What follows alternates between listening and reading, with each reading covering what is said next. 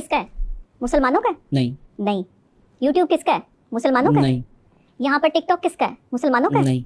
तो आपके सारे यहूदी प्लेटफॉर्म आपको पैसे प्रोवाइड कर रहे हैं एक दूसरे पे गालियां उछालने के, एक दूसरे की घर की बातें जो वो बाहर लाने पे, एक दूसरे का कत्लो गारत करने पे, एक दूसरे को गंदा करने पे। जब आपको वो पैसे प्रोवाइड कर रहे हैं, शर्म हया तो हमें होनी चाहिए ना कि हम क्या कर रहे हैं। शर्म हया तो हमें आनी चाहिए क्या बात कि हम जो है वो यहूदी लॉबी से पैसे लेकर अपने ही भाई को जो है वो कत्ल करने पे तुले हैं, हम अपनी ही बहन का दुपट्टा खींचने पे तुले हैं, हम अपने ही आप को गंदा कर रहे हैं, हम अपने ही जो है वो दूसरे इन्फ्लुएंसर को जो है वो गंदगी का निशाना बना रहे हैं। पता तो हमें होना चाहिए ना कि हम क्या कर रहे हैं। बिल्कुल ठीक हमें है। पता ही नहीं है। हम कहते हैं यूट्यूब से पैसे आएंगे, फलां बंदे को गंदा करो बैठ के। जितने बैड कमेंट करोगे, आपको पता है कमेंट करने पे भी पैसे आ गए हैं। जी ऐसे ही है। आपको पता है तहरीर लिखने पे भी पैसे आ गए हैं। इनकी और मेरी तस्वीर के नीचे अपनी मर्जी से कोई भी तहरीर लिख दो, हमने कहीं भी नहीं। चले अच्छा, ये डॉक्टर साहब मैंने एक और चीज देखी। सुलह हम दोनों ने खुद ही की। सुलह माशाल्लाह, ये बहुत अच्छा किया आप दोनों ने। लेकिन आप मुसलसल राब्ते में मुझसे भी रहे हैं और हारिस और आपने लोगों ने सुलह कहा कि मीडिया पे कराएंगे। हाँ। आपने कहा कि सुलह मैं किसी प्राइवेट जगह पे कराऊंगा जहां पे कोई नहीं होगा, और ये सुलह का किसी को पता भी नहीं चलेगा, ना ये मीडिया पे नशर होगी। मेहरबानी आपकी, ये हमारे बड़े भाई ज़ोहेब भट्ट साहब, आपकी मेहरबानी है। ये हारिस भाई आप मेरा भाई असली आदमी की पहचान है भाई। आप भाई कहना आसान काम नहीं है और बहन कहना आसान काम नहीं है। ये रिश्ते निभाने पड़ते हैं। डॉक्टर साहब, ये जो अभी मैंने इशू की बात की कि नेशनल इशू बन जाता है या ऐसे करके बन जाता है, यूट्यूब पे पैसा कमाना। मुझे याद है जब मैं छोटा था ना, तो मेरे डैडी कहा करते थे डॉक्टर बन जाओ, कि डॉक्टर बड़े पैसे कमाते हैं। फिर मेरे डैडी को ऐसा लगा कि अब ना वकील बड़े पैसे कमाते हैं। फिर उन्होंने कहा यार तू वकील बन जा, कि डॉक्टर में बन नहीं सका, मैं नालायक था, मैं फेल हो जाता था एफएससी में। तो उन्होंने कहा कि तू बायोलॉजी नहीं पढ़ सकता था, उन्होंने कहा कि तुम बायोलॉजी नहीं पढ़ सकते, मैथ पढ़ लो, तुम इंजीनियर बन जाओ। मैं इंजीनियर भी नहीं बन सका। उन्होंने कहा यार तू कुछ नहीं कर सकता, तू वकील बन जा, वो बड़े पैसे कमाते हैं। तो एट द एंड वो मुझसे ये नहीं पूछ रहे थे कि तूने क्या बनना है, उनको ये नजर आ रहा था किस में ज्यादा पैसे हैं। तो मुझे ऐसा लगता है कि जिस तरह हमारे यूट्यूबर और ये सारे यूट्यूब पे आके अपनी दौलत की नुमाइश करते हैं ना, कि ये मैंने यूट्यूब से बना लिया, ये मैंने यूट्यूब से गाड़ी ले ली, ये खराबी है। डॉक्टर साहब वो गरीब आदमी जो बैठा हुआ है उसको लगता है कि पता नहीं यूट्यूब पे वो क्या कुछ कर जाएगा। कुछ भी नहीं कर रहे।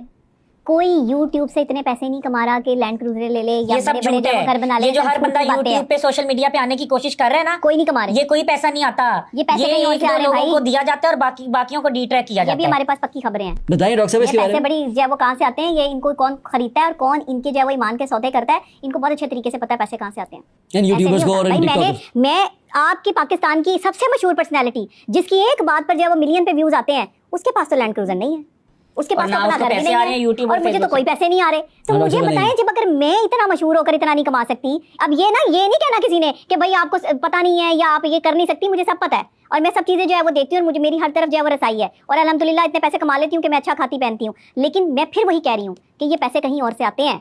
अब आपको गुमराह किया जा रहा है ना, खरीदने की कोशिश की गई, हमसे भी कहा गया कि कितने पैसे मिलेंगे आपको, आप जो है वो ये काम करें, आप किसी गेम को जो है वो प्रमोट कर दें, आप फलानी चीज को प्रमोट कर दें। हमने तो किसी चीज की प्रमोशन नहीं की। हम तो आज भी जो है वो अपने हम तो आज भी जुए की ऐप की प्रमोशन कर दें, फलां कर दें। हमने कहा नहीं, जो हक बात है, जो सच बात है वही कहूंगी। 1 रुपया ना मिले, भूखी मर जाऊं, लेकिन कभी जो है वो पैसे की खातिर जो है वो ईमान का सौदा नहीं करना। डेटिंग ऐप की लोग प्रमोशन करवा रहे हैं जी पैसे देके, और एक यूट्यूबर को मैंने खुद देखी है ट्रांजैक्शन, ईमेल आई हुई है $25,000 सिर्फ 30 सेकंड की वीडियो बनानी है। $25,000 जी, असल पैसा तो यहाँ से आता है ना। लाइव बैठ के आप बदतमीजियां कर रहे हैं, एक दूसरे को पनिशमेंट दे रहे हैं, गंदी हरकत हो रही हैं, औरतें अपने कपड़े उतार रही हैं, यहाँ से आपको जो है वो शेर आ रहा है जी, फलां आ रहा है, आपको पैसे आ रहे हैं, ये पैसा कमा रहे हैं। हम इस नहज तक गिर चुके हैं हम कि ये काम हो रहा है हमारे माशरे में। डॉक्टर साहब आपने पैसे क्यों नहीं कमाए इस सारी चीज से, क्या वजह बनी? क्या नहीं, मैं सोशल मीडिया के पैसों पे रिलाई नहीं कर सकती। मुझे सोशल मीडिया का पैसा जो है वो नहीं लगता, मुझे नहीं लगता होगा लोगों के लिए हलाल, मुझे नहीं लगता। डॉक्टर साहब हम भी बड़ी कोशिश कर रहे हैं, बड़ा कुछ करते हैं, गेस्ट बुलाते हैं, सारी मेहनत करते हैं, कैमरे शैमरे, इतने पैसे नहीं आते कि लैंड क्रूजर ले ली जाए। हाँ तो गंद उछाले ना अभी किसी पे, अभी आप जो स्टंट मारे ना, आपको जो वो देखे, फिर आपका जो मिलियंस पे जाए। आप भी रेंट की 4 लैंड क्रूजर ले लें, उस पे 4 दिन फिरे, इन्वेस्टर आएंगे, वो कहेंगे कि यार ये तो अरबोपति है, चलो करोड़ों हम भी इन्वेस्ट कर देते हैं ज़ोहेब भट्ट के साथ। करोड़पति हो गए ना। करोड़पति बिजनेसमैन होता है, लेकिन बाद में जब उनके पैसे उनके खुर्द-बुर्द हो जाने हैं तो पता चलना है ज़ोहेब भट्ट ने घर भी 2 कनाल का रेंट पे लिया हुआ था, गार्ड भी रेंट पे थे और गाड़ियां भी रेंट पे थी। ये शोशा होती है सारी, सब शो मारते हैं। मुझे यकीन है कि जो आपको यहाँ बैठा सोशल मीडिया से कोई नहीं कमाता। हाँ, आपका अगर अलग बिजनेस है आप उससे कमा सकते हैं। मीडिया में आने वाला अगर वाकई रियल सहाफी है, मेरी तरह इज्जतदार तरीके से काम कर रहा है, आपकी तरह जो है वो खानदानी नस्ली आदमी है, तो वो इतना अपनी सैलरी से कमा सकता है, वो अपनी सैलरी पे गुजारा कर सकता है। सैलरी बड़ी मुश्किल आती है। अच्छा मुझे ये बताएं कि अभी आपने सोशल मीडिया की जिस तरह बात की, सोशल मीडिया किरदार की हमने बात की, हर बंदा आपको झूठा साबित करने के लिए, जब मैंने देखा जो आपका जब जूं ही कोई आपकी वीडियो आती है, हर बंदे की ख्वाहिश होती है कि वो आपको किसी तरह झूठा साबित कर दे। कई जगह पे मुझे ऐसा लगता है कि जो आपकी इन्फॉर्मेशन, मुझे लगता है कि आपने जो इन्फॉर्मेशन दी है वो ठीक नहीं है, गलत है, लेकिन मुझे ऐसा लगता है कि मैं आपको फ़ोन करके बताऊँ कि डॉक्टर साहब ये इन्फॉर्मेशन ठीक नहीं थी, लेकिन उसके ऊपर आपके अगेंस्ट एक वीडियो बनती है, फिर उसमें कहा जाता है कि ये, फिर आपकी पुरानी वीडियो जोड़ी जाती है, फिर आपको बताया जाता है कि इसने इस तरह किया, इस तरह किया। कैसा लगता है आपको ये सारा कुछ? देखिए, इनके पास मुझे साबित करने के लिए कुछ भी नहीं है, सिर्फ यही साबित कर सकते हैं कि ये झूठी है, वो साबित कर रहे हैं। मैं सिर्फ ये समझती हूँ कि जिस वक्त में हम उनकी खाक भी नहीं है, हम तो एक कीड़े मकोड़े से लोग हैं, लेकिन इंसान अशरफुल मखलूक़ात है, अल्लाह ने बड़ी ताकत अता की है। हमारे अंबिया, औलिया, पैगंबर, बहुत बड़ी बड़ी हस्तियाँ जब इस दुनिया में आई, इस दुनिया ने उनके साथ सलूक क्या किया। मेरे आका दो जहाँ हज़रत मोहम्मद मुस्तफ़ा सल्लल्लाहु अलैहि वसल्लम की ज़ात मुबारका को ले लें कि जब उन्होंने इस्लाम फैलाने की कोशिश की तो लोगों ने उन्हें लहू लुहान कर दिया, उन पर पत्थर बरसाए।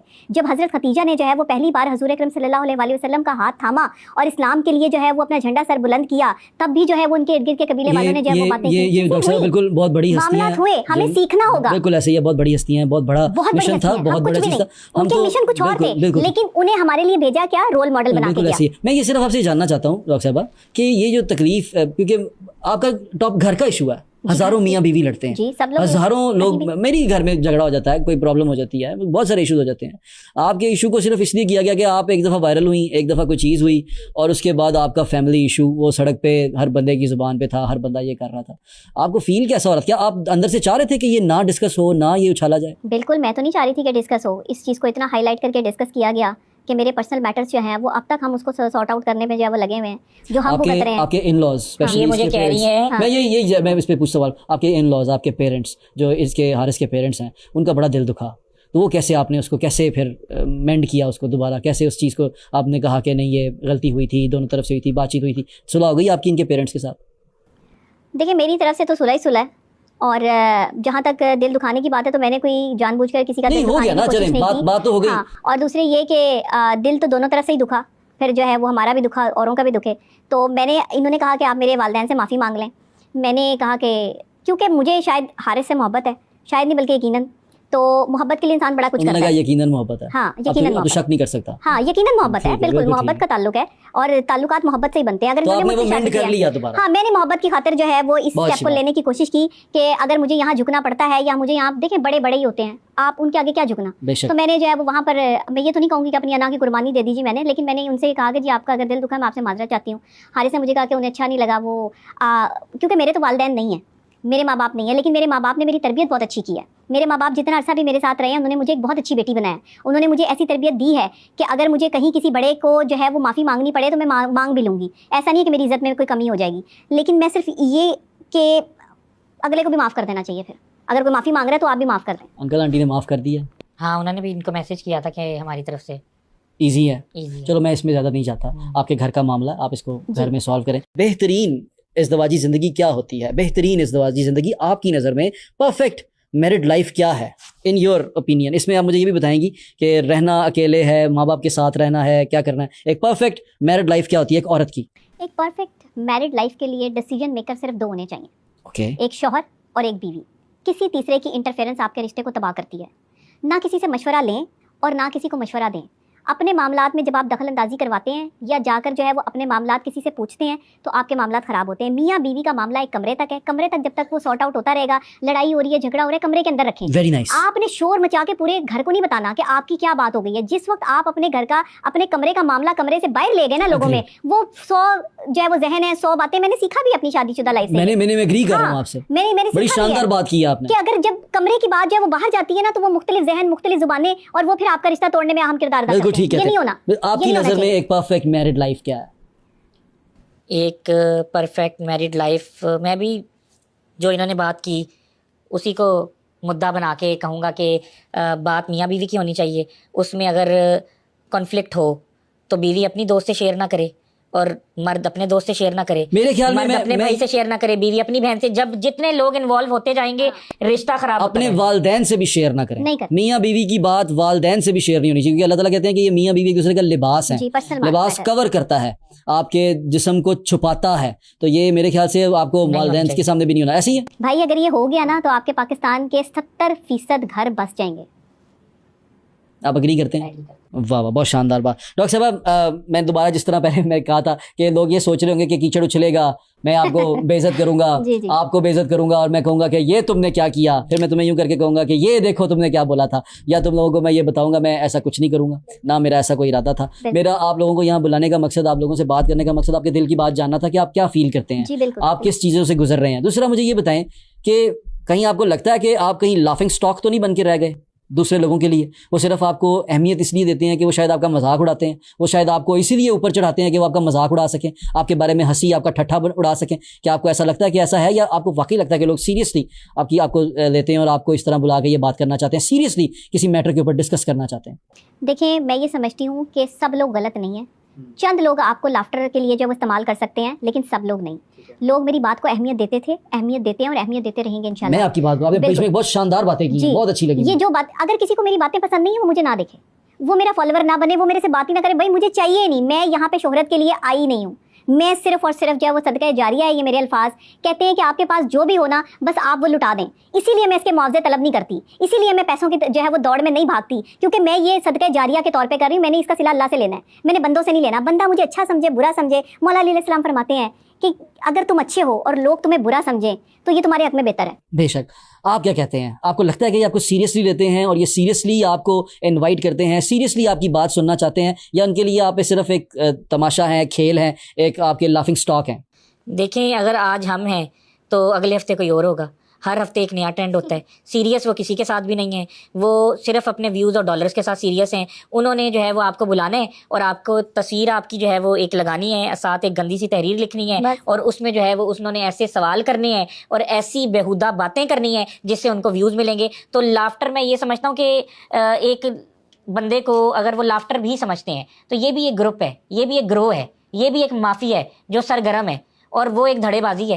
क्योंकि 6 साल मैंने जो काम किया, मैं सियासत में रहा, पॉलिटिक्स में रहा। पॉलिटिक्स में आपको पता है पीटीआई नून के लीग के साथ क्या करती है और नून लीग पीटीआई के साथ क्या करती है। अब मैं जर्नलिस्ट हूँ और मैंने एक जर्नलिज्म की तंजीम बनाई थी एसोसिएशन में। अब आपको बिल्कुल असल हकाइक पर लेके जा रहा हूँ कि ये एक ग्रुप है जो मेरे एंटी है, जिसको मैंने ही खड़ा किया था, जो मेरे ही अंडर काम करता था, जिन्होंने मुझसे ही सीखा था, जो मेरे से इम्प्रेस थे, जिनको मैंने सब कुछ सिखाया, अपने सारे प्लान बताए, और मैं उनका मोहसिन होना चाहिए था, लेकिन उन्होंने मुझे अपना दुश्मन समझ के धड़ेबाजी की, और आज वही ग्रुप हमें लाफ्टर समझता है और वही ग्रुप मुतहरिक होता है, सारी चीजें वही ग्रुप मुतहरिक होता है। अभी तक मैं मुतहरिक नहीं हुआ क्योंकि मैंने खैर बांटी है, मैंने लोगों के काम किए हैं, और मैंने अपने लिए 6 साल में, मैं आपको हल्फन कह रहा हूँ आपके पॉडकास्ट में, मैंने 6 साल, मैं इतना स्मार्ट और इंटेलिजेंट हूँ कि मैं अगर 6 महीने भी अपने ऊपर लगा जाऊँ तो मैं ये 20 साल वालों को पीछे छोड़ूंगा, लेकिन मैंने 6 साल इनके लिए काम किया था, और आज वो लोग एक मुकाम पे बैठे हैं। उनका लाइफस्टाइल वो नहीं था, उनको मैंने ऐसा लाइफस्टाइल दिखाया कि उनके अंदर ग्रो करने की एक एनर्जी आई, और उनको ऐसे लोगों से मैं मिलवाता था क्योंकि मेरे दोस्त थे सारे, और वरना मैं मीडिया फील्ड को जानता हूं, बड़ी मुनाफिक अपना कॉन्टैक्ट नहीं देती। मैंने अपने सारे कॉन्टैक्ट से सैकड़ों लोगों को, एक दो को नहीं सैकड़ों को मिलवाता था कि यार तुम जो फायदा ले सकते हो ले लो, और आज वो लोग एक मुकाम पर बैठे हैं। लेकिन अगर वो अपने मोहसिन को ये समझेंगे कि वो कमजोर है तो ऐसी बात नहीं है। मेरा ज़र्फ बड़ा है, लेकिन जिस दिन मैं आया तो मैं जो आपके दुश्मन आपको लगता है कि वो ये बनाते हैं, ये आइडिया फैलाते हैं कि ये लाफिंग स्टॉक है, कि ये दे आर लाफिंग स्टॉक। तो उन लोगों की 1 साल की जद्दोजहद और मेरी एक रात की प्लानिंग काफी होगी, बहुत होगी। अच्छा देखिए, आपने ग़िज़ाई दहशतगर्द देखे हैं, आपने वो दहशतगर्द देखे हैं जो दहशत फैलाते हैं, आपने बमबार दहशतगर्द देखे हैं, आपने डिजिटल दहशतगर्दी देखनी है तो आप सोशल मीडिया पे देखिए। ये डिजिटल दहशतगर्द करते हैं। अभी हमारी एक बहुत अच्छी जर्नलिस्ट हैं गरीदा फारूकी साहिबा, मेरी बहनों की तरह, बहुत घटिया हरकत की। मुझे दुख हुआ इस चीज का। करते हैं हम इस बात की, आप यकीन करें, यही सोच लो कि ਤੁਹਾਡੀ भैन हो सकती है। हाँ, मतलब आप किसी की बहन के बारे में ये बात दे रहे हैं, आपकी बहन हो सकती है, उनका अपना जाती फेल है। नहीं डॉक्टर साहब, पहने जो मर्जी, देखिए ये शर्मो हया होती है। अगर किसी के कपड़े इस तरह खराब हो गए तो आप मुंह इधर कर लें। आपने उसकी फोटो खींच के इस तरह किया, मैं सख्त इस चीज के वो करता हूं, मजम्मत करता हूं। रहते हैं आपने बचपन में, आपको कुछ यादें रिकॉल करेंगे कि हमारे माँ बाप ने हमें ये समझाया था कि सबकी माँ तुम्हारी माँ, सबकी बहन तुम्हारी बहन, माई बहनें सांझी हैं। अगर किसी का कोई कपड़ा फट जाता था तो सारे भाई भाग के उसको ढक देते थे, चाहे वो उनकी बहन ना भी हो। आज वो माशरा किस तरफ चल पड़ा है कि बड़ा दुखी है मुझे, दुख है। वो सारे भाई मिलके मुझे याद है डॉक्टर साहब, मेरे नाना अल्लाह ताला उन्हें गरीके रहमत करे, वो जब घर आया करते थे ना, किसी भी जगह, मैंने उनकी ये आदत देखी थी, तो वो ना खांसा करते थे, यानी खांस के ऊपर आते थे। पहले दरवाज़ा नॉक करते थे, फिर वो जब हम अपने घर में आते थे ना तो वो अपने घर में भी खांस के एंटर होते थे। तो मैंने एक दिन उन्हें पूछ लिया, मैं कहा अभी आप क्या करते हैं, क्यों खांस के क्यों आते हैं? उन्होंने कहा यार कार ना तियां पहना होंदियां ने, तो मैं आ रहे हैं तो दुपट्टा ले लैन साइड ते हो जान, या किसी ने पर्दा करना कर ले, मेरी जो रिस्पेक्ट कर दिया ने तो उन्होंने पता चल जाए कि मैं आ गया तो उस साइड ते हो जाऊँ। वो खांस के आते थे कि घर वालों को पता चल जाए कि मैं आ गया हूँ।